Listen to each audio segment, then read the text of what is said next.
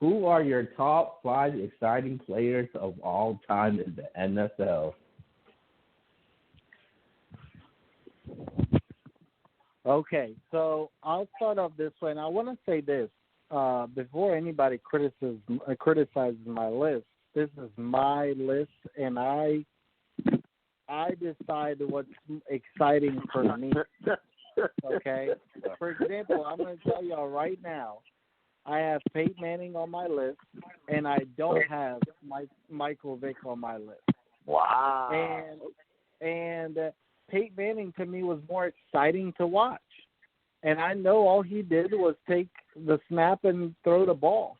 But it was more exciting for me to watch than, I don't know, this unnecessary scrambling. And I don't know if that makes sense to me. I don't know if that makes sense to y'all, but it makes sense to me. I thought Peyton Manning was so exciting to watch. So I'll start my list. I'll go from 1 to 5. I'll go 1, Deion Sanders.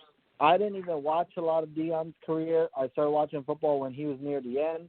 But the highlights I've watched and everything, Deion was exciting. He from returning kicks and punts to his kick sixes, he was exciting to watch. Probably the most exciting player I've ever seen. 2 would be Barry Sanders for me. Barry Sanders, to me, all the highlights I see, I mean, he was fun to watch. I mean, the guys are missing tackles. He's shorter than most running backs, and they're just flying all over and around him because they can't do anything to him. So Barry Sanders, for me, was 2. Number 3 was Randy Moss. Moss, I don't have to say much. We all watched him. Just a machine. I watched him in his Minnesota days from the start to the end. Anytime there was a jump ball, Moss was coming down with it. Even when I hated the Patriots, Moss, I mean, nobody could do anything to him. And I just love deep balls to Moss because you know he's going to come down with it. And sometimes even one-handed. I loved watching Moss. Number 4, Peyton Manning. I just found Peyton Manning the most exciting quarterback to watch. It's not because I'm a Colts fan, but he revolutionized the game with the no huddle, and that was fun to watch. Whenever the Colts would pick up a first down, he's running to the line, and he gets the offense set within 10 seconds, and the next play is off. And I thought that was exciting to watch. One thing that hurts Vic, in my opinion, because of his scrambling, he did get hurt and beat up a lot. And so, you know, with every run he took, you kind of squint your eyes and just hope he doesn't get popped. Don't get me wrong, Vic was exciting to watch. I found Peyton Manning more exciting. That's just me. Number 5 might surprise some people, but I loved watching this guy. My favorite defensive player ever, and that is Ed Reed. I loved watching Ed Reed. When I hear the word ball hawk, that's Ed Reed. Defined ball hawk. I love the way he plays. I love the Colts safety Malik Hooker. I feel like he plays like Ed Reed. He's not obviously as good, but he plays his game. And I just love the way Ed Reed played. And whenever he threw a deep ball, like you did to Moss, if Ed Reed was back there, Ed Reed was going to pick it off and possibly take it to 6. So that's my top 5. 1, Deion. 2, Barry Sanders. 3, who did I say? Peyton Manning. Moss. 4, Peyton Manning. 5, Ed Reed. An honorable mention I'll throw out there, Devin Hester. Devin Hester was fun to watch. I remember the Bears' offense back in the day was so bad. Rex Grossman, Kyle Orton, it didn't matter who it was. And they would sometimes win the games off of just a punt return and a kick return by Devin Hester. Teams were literally afraid to him. I think he's a Hall of Famer just because he's the greatest kick returner I've ever seen. He was exciting every time he touched the ball. So there you have my list. I have a disclaimer from mine as well. I never watched Barry Sanders, and the highlights. Like I don't even want to put Sanders, both Sanders, Dion and Barry. I don't want to put them on there because I didn't watch full games. I didn't wake up on Sunday and say I got to watch Barry Sanders today. I didn't check the schedule to make sure that that I would be watching him, or check the TV schedule to make sure. Obviously there wasn't red zone that day, so you couldn't pick and choose your games. But that just wasn't what I did. So that's why I picked all players that I've seen, and picked all players that I've seen and I've really watched. I think the most surprising one of my five was Lamar Jackson in there. That dude is, but the thing is, like, he's exciting. This last season, it was one of the most exciting seasons I've ever seen. He had highlights every game, like just breaking people's ankles. It's like I'm watching the best in the NFL. I'm watching the best defenders in the NFL, and they're getting schooled. They were getting schooled. Like I was, like it looked like he was playing against elementary kids. It looked like he was in he's playing against high schoolers. Like these dudes are getting their ankles snapped. Like the only player that ever did that consistently every week was Michael Vick, and I don't even think Michael Vick ever had a season like that. So that's why I threw Lamar Jackson in there at 5. I had to. Like he is absolutely. I hope I get to see 10 more years of that, because that's disgusting what I got to see last year. And I don't know if anybody else agrees with me, but that I could not put him in there because of this last season. Antonio Brown's my number 4. One of the most memorable plays is him kicking the Browns kicker in the face as he's leaping over him. Antonio Brown just had highlights all the time. He had game-winning plays. He always got open. I hope we get to see him again. I hope we get to Zach together, because the separation that he was always able to get as a wide receiver, and the ability to get open, his speed, his quickness, his ability in the open field was amazing. He's my number 4. Number 3 is Troy Polamalu. That was the most exciting defensive player that I got to see. He's not Ed Reed, because Ed Reed only did one good thing, and that was be a ball hawk. Troy Polamalu wasn't as good of a ball hawk, but he was a good ball hawk, and he was able to, and he did things in the run game that nobody else really did as safety. He was a hard hitter. His hair was flowing, and he hopped over defensive or offensive lines like nothing. His timing was impeccable. He had, like, how many times have we seen Troy Polamalu jump over the line and get a kick, or block a kick, or steal a snap, or sack the quarterback, or stop a run? Like, it's just like nobody else did it like him, and I don't know why, but he was amazing at that. He was one of the most athletic, physically athletic people that I've seen. And Troy Polamalu was exciting to watch, and definitely the most exciting defensive player for me to watch.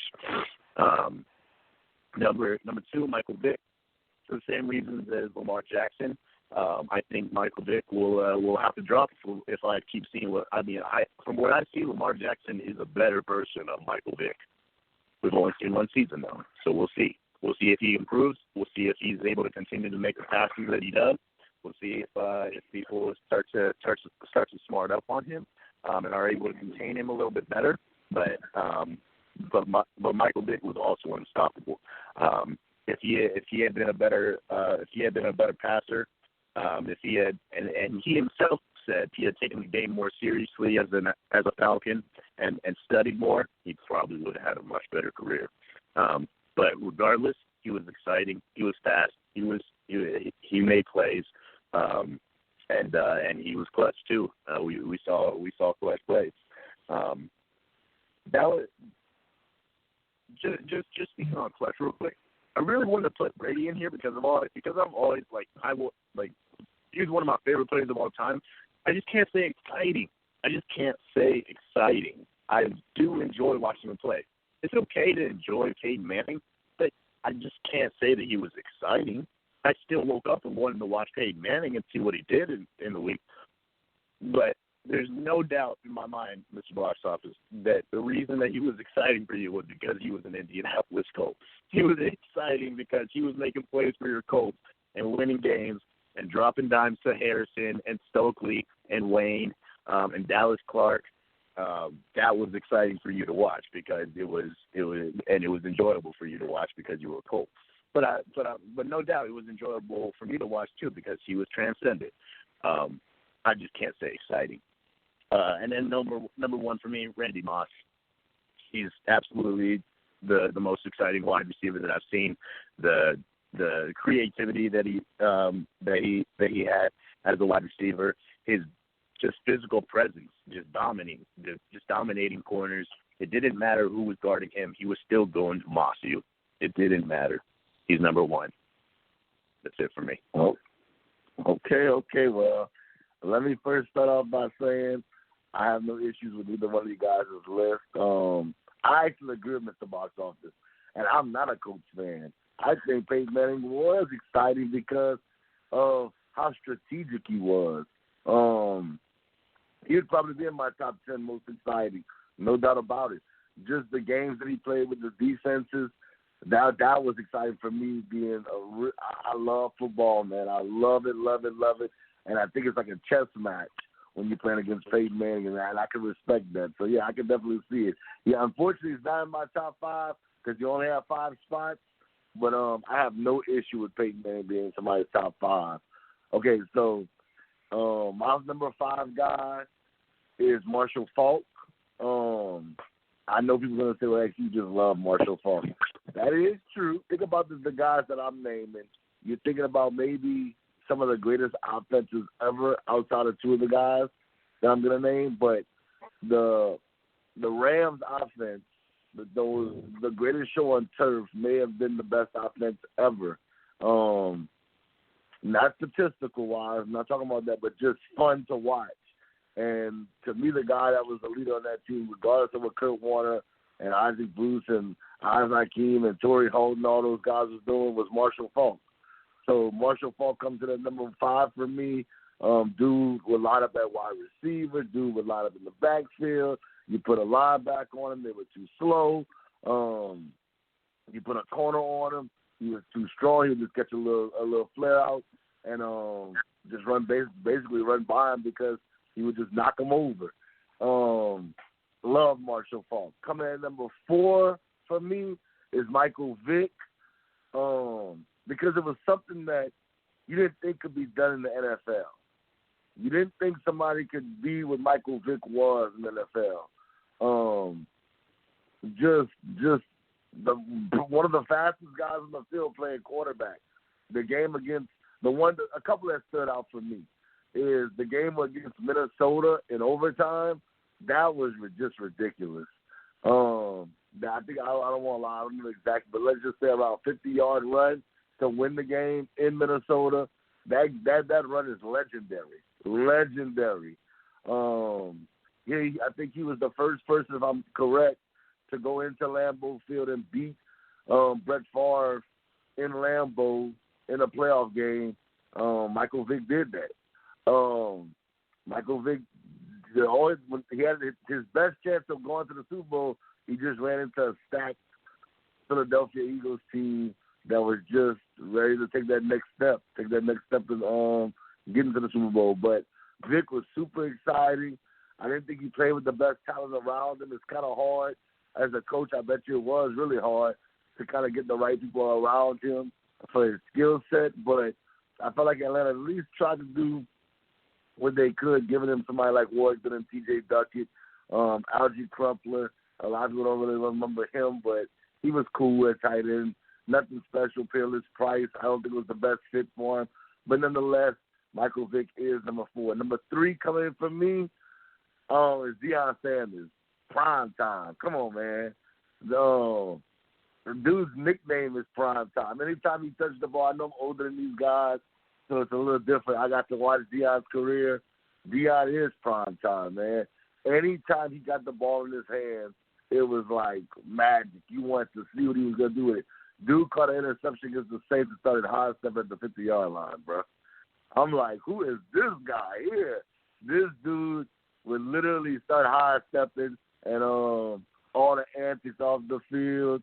Not like some other guys that have antics like Antonio Brown. No disrespect to Antonio Brown, but Prime was more like just a trash talker off the field. Didn't really get in trouble off the field. He wasn't no troublemaker. But what's up? True. Just a quick question. Sorry to cut you off. Are you telling me back then when we didn't watch football, the Saints were throwing interceptions back then too? The Saints wasn't too good. The Saints wasn't too good back then, bro. I ain't gonna lie.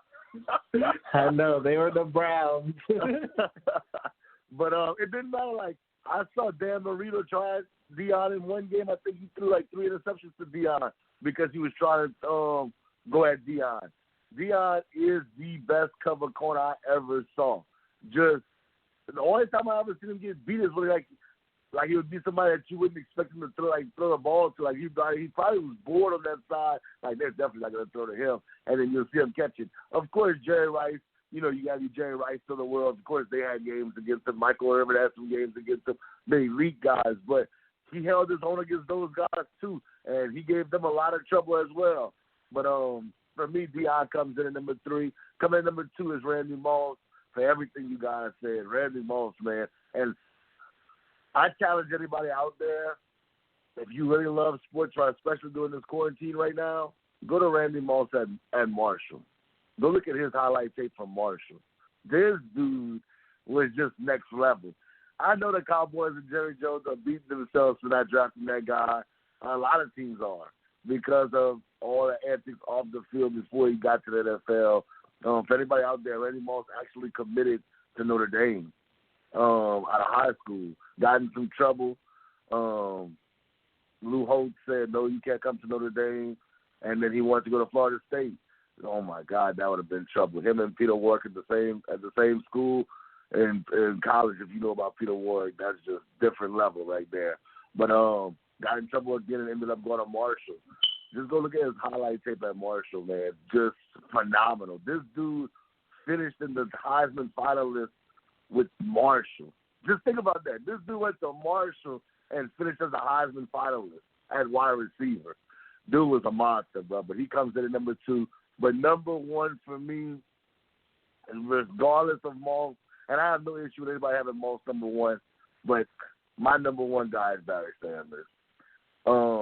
The best way I can explain it for anybody out there that's younger than me, Shady McCoy times 20. Better than Shady McCoy. Just, it was like a glitch in the game. Like if you play Madden and stuff, this dude was like a glitch. Either he was going to hit a home run on you, he was always trying to hit a home run on you. This dude would make you miss, stop on the dime, go, stop on the dime. It was just incredible to watch. Unfortunately, the Lions didn't have the best team, but they were always a playoff team. They just didn't have the best teams to beat. I felt like we talked about Chris Webber just now. Barry Sanders played in the era where the 49ers and the Cowboys were just loaded. And the Giants. I didn't even mention the Giants with LT. The Packers with Brett Favre. Those teams are just better. But don't make no mistake about it. This dude, Barry Sanders, was on another level as far as exciting. So he comes in at number 1 for me. Keo? All right. Now, this is my top 5 list. And I love my top 5 list. You may hate my top 5 list, but I like it. You I'm going to start off. You you had your chance to talk. It's my turn. So I'm going to start off from 1 to 5. My number 1 guy is Michael Vick. I was able to watch this guy at Virginia Tech. When I saw what he was able to do at Virginia Tech, he started becoming one of my favorite players, and I was crossing my fingers hoping he would,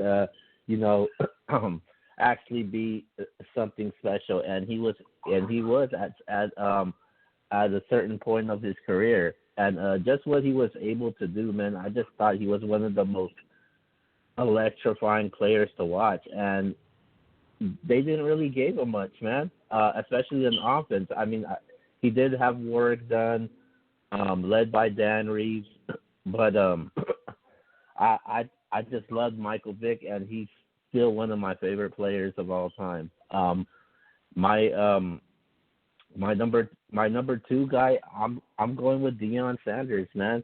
Deion Sanders, obviously he was a Niner, he was a Cowboy. When he was a Niner, I hated it. But when he came to the Cowboys, I started loving him, especially not just at cornerback but at punt returns. A lot of people were excited about Devin Hester as a punt returner, but Deion Sanders started this. They were scared to punt him the ball, and when they did, and when they did, you already know what was going to happen by the time he got the ball.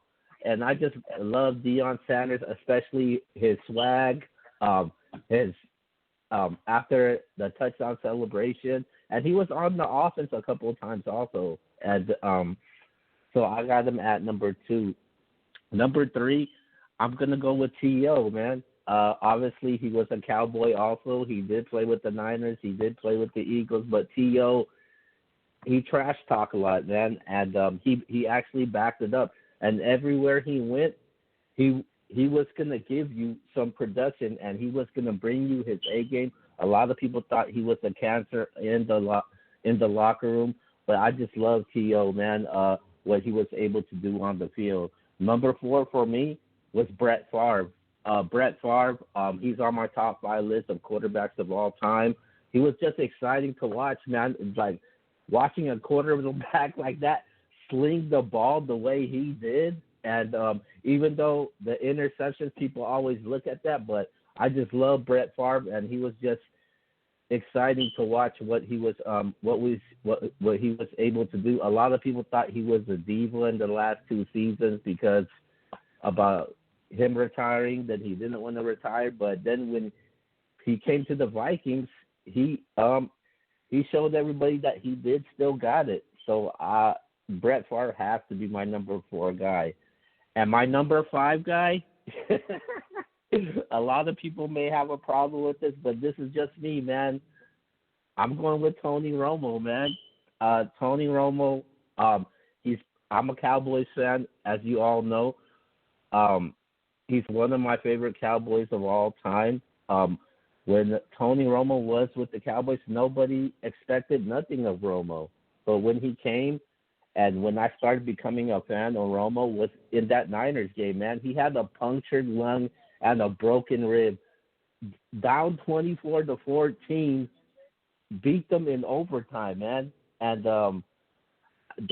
I just loved it, man. Just the heroics and of him going through that pain, man. And I just like Romo, what he was able to do. He nearly holds every statistics record at the quarterback category when it comes to Tony Romo. We all know about the playoffs, so where he's not a postseason guy. We all know that. One of my favorite memories of Tony Romo, actually when he lost in the game, man. It was in a shootout in 2013 against and I'll never forget this game. It was a shootout in 2013 when they played the Broncos, and the other guy on the other side was Peyton Manning, and they were trading blows back and forth. The Broncos ended up winning that game 51-48. To me, I honestly thought Romo outplayed Peyton Manning in that game. Even though he didn't get the win, he had 5 touchdowns, threw over 500. He had that one interception. Obviously, with that one interception, end up setting Matt Prater to kick the game-winning field goal. So that's actually one of my favorite games to watch. I still watch it till this day. And the last thing I'll always remember about Tony Romo, when he overcame 5 interceptions to beat the Buffalo Bills in 2017. And that's my top 5 players of all time. I mean, my most exciting players of all time. Okay, I have to say this. I'm gonna say this. I actually like Romo. I never was like a Romo hater, and I did find him exciting. But I actually found him exciting for all the wrong reasons. Because I felt like every big game, I swear to God, and every big game that was on national TV, that the Cowboys were in a close game, you literally would say Tony Romo's going to throw an interception. And that's exactly what would happen. I don't know if y'all remember that as like I do, but I swear, every big game on national TV, Tony Romo knew how to screw up. And it was like every week. It was exciting to watch because it was the Cowboys and it was Tony Romo. I don't know. It was exciting to watch for all the wrong reasons. Yeah. I actually like Romo though. Romo, man. That's cute. Right there. Not the picks.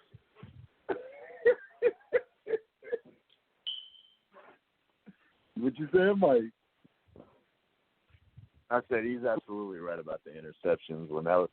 My grandpa's a big Eagles fan, so I constantly heard this too. Whenever we would, Thanksgiving games, national television games, Sunday night football, whatever, if Tony Romo's in it, we're just waiting for the pick. And he would call it too sometimes too. He said, interception's coming up here. So he's like, Romo interception's about it. It's about due. And it would happen. I definitely remember these moments. I'm sorry, Keel, but this is true. No, maybe to you guys, but I do remember good moments. It wasn't always an interception. I mean, he did rally back against the Detroit Lions in 2017 to advance to the next round of the playoffs. So it wasn't just always an interception, but people will always remember him as the guy that threw interceptions and screwed things up. Exactly. Fumbled the ball, interceptions when they didn't need them. That was Tony Romo. And holds every single statistic category in the quarterback position in Cowboys history. Yeah, I remember that too. Absolutely right. Hey, look, he's getting sensitive right now. I'm talking about his boy now. Romo had an interesting career. Romo definitely had